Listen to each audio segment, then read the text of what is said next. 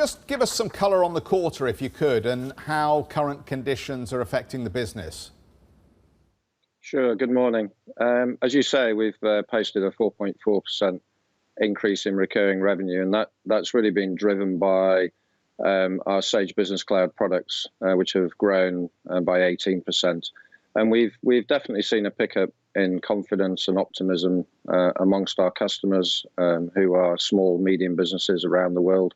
And so, the growth is really coming from, we're seeing new customers who are investing in digital technology, often for the first time. And we're also seeing existing customers, as they become more confident about the future, putting more investment into their own digital technology. Obviously, as we see growth in the new products, there is a transition away from license sale and professional services revenue. How do you see that transitioning continue to affect numbers over the rest of this year and into next year? How long is this going to take? Yeah, so we now have 90% of our revenue is recurring, but about 65% of it is coming from our Sage Business Cloud products. So in the end, what we want to do is migrate all of our customers to that Sage Business Cloud environment so that they can enjoy the benefits of cloud services. And we would anticipate that will happen progressively over the next few years. So the amount of license revenue now, is less than 10% of the total, because we already have 90% recurring revenue. And we will see our recurring revenue growth start to accelerate from here. Steve, I've been looking at Sage for a long, long time. I don't understand why are your shares still the same price they were 5 years ago.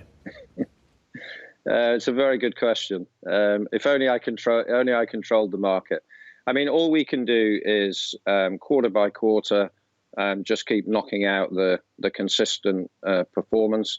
I run the company very much for the long term.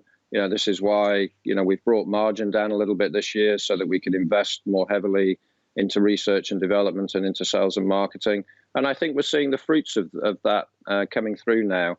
As we quarter by quarter, as I say, deliver consistent growth, and hopefully, we're over time we're winning over our critics, and people will see the benefits of our business model.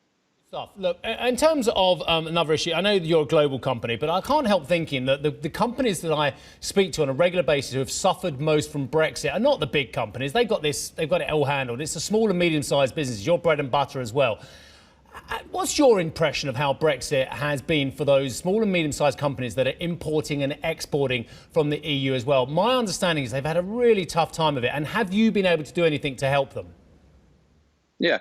So I think, one of the things that small, medium businesses, really look for is, they don't need additional barriers in their way. So if they're trying to trade cross borders, or, they don't need more difficulties and more regulation. And actually, this week, there was a business session as part of the G7, which I attended, and we were lobbying government to make sure that the governments cooperate across borders to create seamless digital identities, for example, so that you don't have to constantly battle against bureaucracy as you're trying to trade into other countries.